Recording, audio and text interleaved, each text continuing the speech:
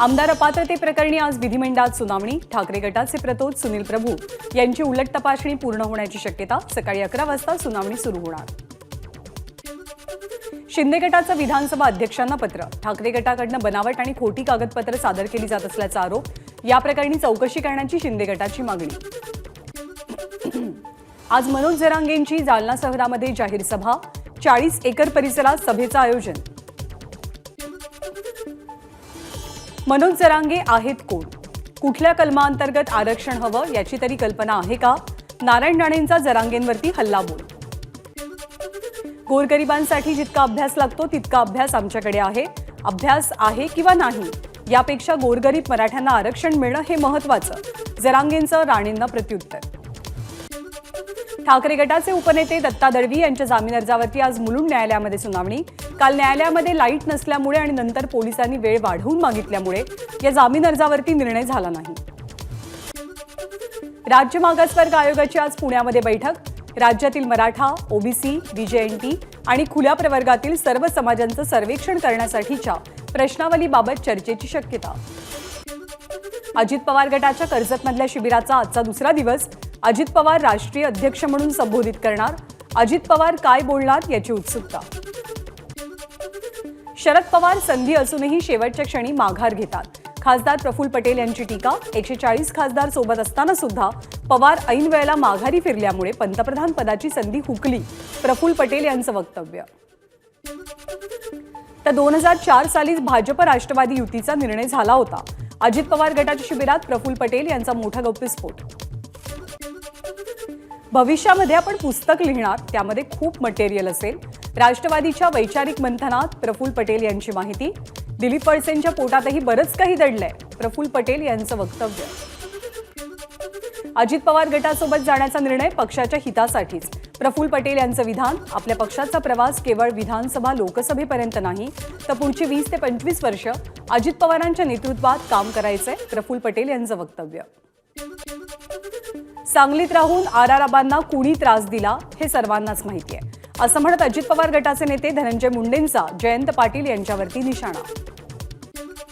अर्धा पक्ष ज्यांच्यामुळे फुटला ते विचारतात अजित पवारांनी राष्ट्रवादीसाठी काय केलं। धनंजय मुंडेंचा जितेंद्र आव्हाडांना टोला।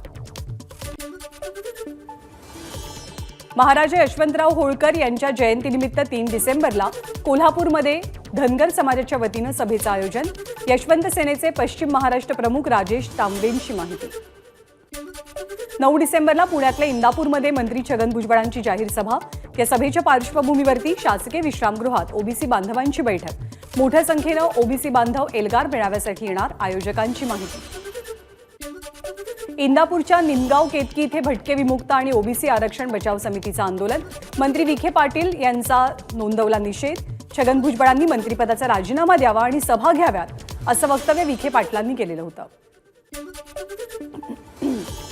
ओबीसी नेते महादेव जानकर यांच्याकडनं दिलगिरी व्यक्त। हिंगोलीच्या ओबीसी बांधवांच्या मेळाव्यात वडार समाजाबद्दल काही शब्द चुकून वापरलं गेल्याचं लोकांना वाटत असल्यामुळे दिलगिरी व्यक्त केली। गेल्या 5 दिवसांपासून सुरू असलेलं ओबीसी समाजाचं उपोषण मागे। मंत्री छगन भुजबळ यांच्या आश्वासनानंतर आणि विनंतीनंतर भरत निश्चिते यांनी ज्यूस पिऊन उपोषण सोडलं। राष्ट्रपती द्रौपदी मुर्मू आज आणि उद्या नागपूरच्या दौऱ्यावरती। शासकीय वैद्यकीय महाविद्यालयाच्या अमृत महोत्सवाचं उद्घाटन करणार, तसंच राष्ट्रसंत तुकडोजी महाराज विद्यापीठाच्या 111व्या दीक्षांत समारंभाला हजर राहणार। मंत्री मंगलप्रभात लोढा यांच्या संकल्पनेतनं मुंबईतल्या गिरगावात पहिला QR कोड चौक तयार। उपमुख्यमंत्री देवेंद्र फडणवीसांच्या हस्ते झालं उद्घाटन कार्यक्रमात श्रीधर फडके यांनी गीतरामायण सादर केलं। अंबडच्या अतिरिक्त जिल्हा आणि सत्र न्यायालयानं ऋषिकेश बेदरेचा जामीन अर्ज फेटाळला। अंतरवाली सराटीत पोलिसांवरती हल्ला केल्याप्रकरणी ऋषिकेश बेदरेला अटक झाली आहे। कर्जतमध्ये रात्री मंत्री छगन भुजबळांचा ताफा अडवला। मराठा समाजाची भुजबळांच्या विरोधात घोषणाबाजी। पुण्यामध्ये नारायण राणेंच्या विरोधात वंचित आक्रमक। प्रकाश आंबेडकरांना अटक करण्याची नारायण राणेंनी मागणी केली होती। राणेंनी आंबेडकरांची माफी मागावी, अन्यथा त्यांच्या तोंडाला काळं फासू, आंदोलनकर्त्यांचा इशारा। जानेवारी 2023 ते जून 2023 मध्ये अवकाळी पावसानं नुकसान झालेल्या शेतकऱ्यांना 9,80,00,000 रुपयांचा निधी वितरित, तर जून 2023 ते ऑक्टोबर 2023 मध्ये पूर आणि अतिवृष्टीमुळे झालेल्या शेतकऱ्यांना 136,61,00,000चा निधी वितरित. अहमदनगर शहरासह परिसरामध्ये गुरुवारी मध्यरात्री जोरदार अवकाळी पावसाची हजेरी. सखल भागांमध्ये पाणी साचलं. अवकाळी पावसामुळे शेतीला मोठा फटका. अकोल्यात मुसळधार पाऊस. अवकाळी पावसामुळे गहू, हरभरा, तूर आणि कापूस या पिकांचं मोठं नुकसान. एका दिवसाच्या विश्रांतीनंतर नांदेड शहरात पुन्हा अवकाळी पाऊस. पावसामुळे वातावरणात गारवा. अहमदनगरच्या पारनेर तालुक्यातील गावांमध्ये पालकमंत्री विखे पाटील यांच्याकडनं नुकसानीची पाहणी. शेतकऱ्यांना अधिकाधिक मदत देण्याची शासनाची भूमिका आहे, विखे पाटील यांचं वक्तव्य. बुलढाण्यामध्येही जोरदार पाऊस. खामगाव तालुक्यामध्ये काल संध्याकाळी 1.5 तासात 110 मिलीमीटर पावसाची नोंद. बुलढाण्याच्या खामगाव शहरात अवकाळी पावसाचा कहर. शेतीसह शहरी भागातही नुकसान. अनेक भागातील घरांसह दुकानात पाणी शिरलं. दुकानदारांचंही लाखोंचं नुकसान. आणखी 6 जिल्ह्यांना अवकाळी पावसाचा फटका. जवळपास 4 लाख हेक्टरवरच्या पिकांचं नुकसान. मंत्रिमंडळाच्या बैठकीमध्ये अहवाल सादर. नंदुरबारच्या धडगाव तालुक्यात तुफान पाऊस. 3 दिवसानंतरही अवकाळी पावसाचा जोर कायम. शेतकरी संकटात. माजी गृहमंत्री अनिल देशमुख वर्धा जिल्हा दौऱ्यावरती. पीक विमा कंपन्यांवरती शेतकरी प्रचंड नाराज. अनिल देशमुखांची माहिती. कृषी दिंडीमधनं भाव देण्याचं आश्वासन देणारे देवेंद्र फडणवीस आणि पाशा पटेल शेतकऱ्यांना विसरल्याची टीका. जळगावमध्ये शरद पवार गटाचा आक्रोश मोर्चा. अवकाळीमुळे शेतकरी संकटात, मात्र सरकार झोपलेलं असल्याचा शरद पवार गटाचा आरोप. जयंत पाटील आणि रोहिणी खडसे ट्रॅक्टर चालवत मोर्चात सहभागी. राज्यामध्ये अनेक तालुक्यात दुष्काळी परिस्थिती. सरकार घोषणा करतं, परंतु मदत मिळत नाही. राष्ट्रवादीचे प्रदेशाध्यक्ष जयंत पाटील यांचा सरकारवरती निशाणा. पीक विमा कंपन्यांना सरकारचं प्रोटेक्शन. गेल्या वर्षीचा पीक विमा दिला नाही तर हातात दगड घेतल्याशिवाय राहणार नाही. विरोधी पक्षनेते विजय वडेट्टीवार यांचा थेट इशारा. दुधाला 34 रुपयांचा दर ठरवून दिलाय. जर शेतकऱ्यांच्या दुधाला सरकारनं ठरवून दिलेला दर दिला जात नसेल तर त्यांच्यावरती कारवाई होईल. मंत्री राधाकृष्ण विखेंचा इशारा. नाशिकच्या मनमाड बाजार समितीच्या सभापतीपदाची निवडणूक बिनविरोध. अजित पवार गटाचे दीपक गोगड यांची सभापतीपदी वर्णी. विज्ञानधारा आरोग्य यात्रा नागपूरमध्ये दाखल. महाराष्ट्रातल्या 12 जिल्ह्यांमधनं ही यात्रा प्रवास करणार. आजारासंदर्भात जागरूकता निर्माण करण्याचं यात्रेचं ध्येय. महाडच्या मौजे केबुर्ली इथे 200 खाटांचं सुपर स्पेशालिटी हॉस्पिटल स्थापन करण्यास राज्य सरकारची मान्यता. भाजप नेते प्रवीण दरेकर यांच्या मागणीला यश. रत्नागिरीच्या शासकीय वैद्यकीय महाविद्यालय आणि जिल्हा सामान्य रुग्णालयाचा मुख्यमंत्र्यांच्या हस्ते शुभारंभ. नमो 11 सूत्री कार्यक्रमाअंतर्गत लोकोपयोगी उपक्रमांचं मुख्यमंत्र्यांच्या हस्ते उद्घाटन. रत्नागिरीच्या लोटे MIDCमध्ये हिंदुस्तान कोका कोला प्रकल्पाचं मुख्यमंत्र्यांच्या हस्ते भूमिपूजन. यामुळे भूमिपुत्रांना रोजगाराच्या संधी उपलब्ध होणार. राजकोट किल्ल्यावरील तयारीची मुख्यमंत्र्यांकडून पाहणी. 4 डिसेंबरला सिंधुदुर्ग किल्ल्यावरती नौदल दिनाचा कार्यक्रम. मुंबईमध्ये बेस्टच्या विद्युत विभागातील 123 कामगारांना सेवेमध्ये कायम करण्याचं नियुक्तीपत्र. उपमुख्यमंत्री देवेंद्र फडणवीसांच्या हस्ते नियुक्तीपत्र प्रदान. मुंबई महानगरपालिकेतील AIMIMचे माजी लोकप्रतिनिधी शहानवाज शेख यांच्यासह कार्यकर्त्यांचा शिवसेनेमध्ये प्रवेश.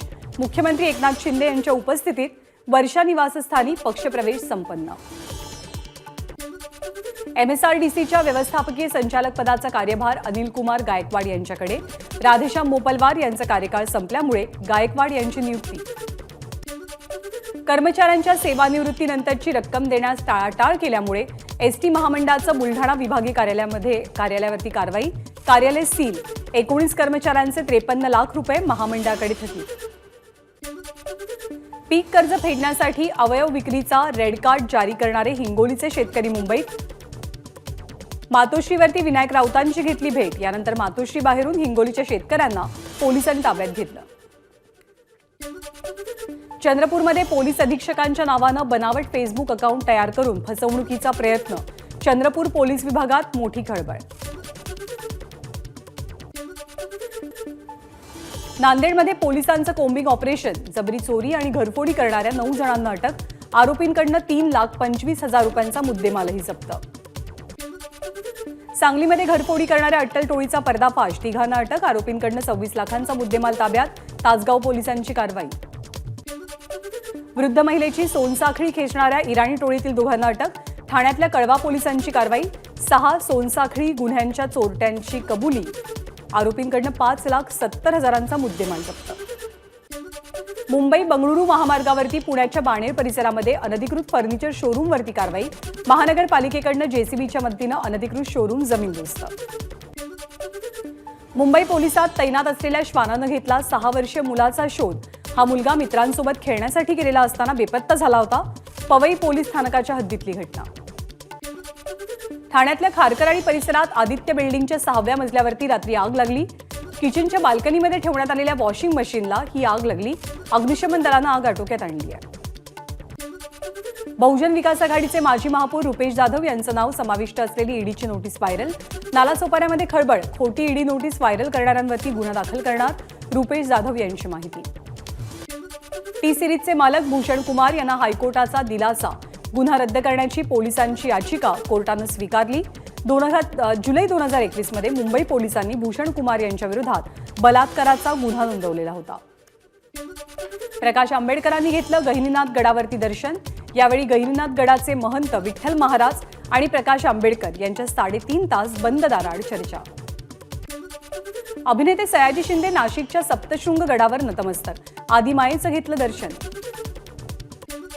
पंतप्रधान नरेंद्र मोदी आज दुबईत जागतिक हवामान बदल कृती परिषदेला उपस्थित राहण्यासाठी. पंतप्रधान मोदी दुबईमध्ये हवामान बदल क्षेत्रात भारताचा निकटचा भागीदार असलेल्या दुबईच्या अध्यक्षतेखाली ही अत्यंत महत्त्वाची परिषद. मोदींची प्रतिक्रिया. संसदेच्या हिवाळी अधिवेशनाच्या पार्श्वभूमीवरती संसदीय कामकाज मंत्री प्रल्हाद जोशी यांनी संसदेच्या दोनही सभागृहातल्या सर्वपक्षीय गटनेत्यांची बैठक बोलावली आहे. 2 डिसेंबरला सकाळी 11 वाजता ही बैठक पार पडेल. विधानसभा निवडणुका झालेल्या 5 पैकी 3 राज्यात काँग्रेस, भाजपकडे फक्त एकच राज्य. एबीपी आणि सी वोटरचा एक्झिट पोल. मध्य प्रदेशात शिवराज सिंग चौहान यांना धक्का बसणार. मध्य प्रदेशात काँग्रेसला बहुमताची शक्यता. 230 जागांपैकी 113 ते 137 जागा काँग्रेसला मिळण्याचा अंदाज. एबीपी आणि सी वोटरच्या एक्झिट पोलनुसार राजस्थानमध्ये भाजपची सत्ता येण्याचा अंदाज. भाजपला 94 ते 114 जागा मिळू शकतात. एक्झिट पोलनुसार भाजप काँग्रेसमध्ये 23 जागांचा फरक. छत्तीसगडमध्ये भाजप आणि काँग्रेसमध्ये काटेकी टक्कर.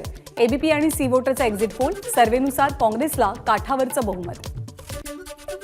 तर तेलंगणामध्ये चंद्रशेखर रावांना काँग्रेस धक्का देणार. सत्ता परिवर्तन जवळपास निश्चित. एबीपी आणि सी वोटरचा सर्वे. 5 राज्यांच्या तुलनेमध्ये लहान राज्य असलेल्या मिझोरमनं गेल्या वेळेला मिझो नॅशनल फ्रंटला चांगली साथ दिली होती. यंदा मात्र मिझोरमचा त्रिशंकू कौल. एबीपी सी वोटरचा अंदाज.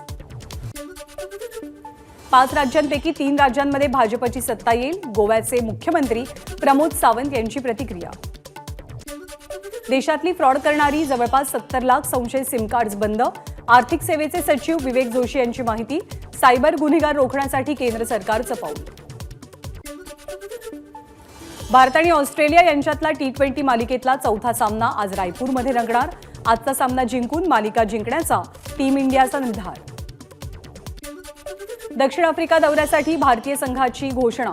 केएल राहुलकडे एकदिवसीय सामन्याचं तर सूर्यकुमार यादवकडे T20चं आणि कसोटी सामन्याचं कर्णधारपद रोहित शर्माकडे. दक्षिण आफ्रिकेविरुद्धच्या T20 मालिकेसाठी टीम इंडियाची घोषणा. सूर्यकुमार यादवच्या नेतृत्वात यंग ब्रिगेड दक्षिण आफ्रिकेशी भिडणार. ऋतुराज गायकवाड, यशस्वी जयस्वाल आणि तिलक वर्मा या तरुण खेळाडूंनाही संघात संधी. दक्षिण आफ्रिकेविरुद्धच्या एकदिवसीय मालिकेसाठी भारतीय संघ घोषित. साई सुदर्शन, रजत पाटीदार, संजू सॅमसन यांची भारतीय संघात निवड. दक्षिण आफ्रिकेविरुद्धच्या कसोटी सामन्यांसाठी भारतीय संघ घोषित. वन डे T20 मधनं विश्रांती घेणारे रोहित आणि विराटचा संघामध्ये समावेश. तर जसप्रीत बुमराची उपकर्णधारपदी निवड. दक्षिण आफ्रिकेविरुद्ध होणाऱ्या सराव सामन्यासाठी भारतीय अ संघाची घोषणा. KS भरतकडे कर्णधारपद. देवदत्त पडिक्कल, सरफराज खान यांचीही निवड. युगांडानं मिळवलं T20 वर्ल्ड कपचं तिकीट. झिम्बाब्वेचा पत्ता कट. आफ्रिका क्वालिफायरमधनं नामिबिया पाठोपाठ युगांडानं केलं वर्ल्ड कपचं तिकीट पक्क. सोशल मीडियावरती सलमान खानला धमकी देणारी एक पोस्ट स्पेनमधनं केल्याचं उघड. गँगस्टर लॉरेन्स बिश्नोईच्या गुंडांनी व्हर्च्युअल प्रायव्हेट नेटवर्क म्हणजेच VPNद्वारे ही पोस्ट शेअर केल्याची माहिती.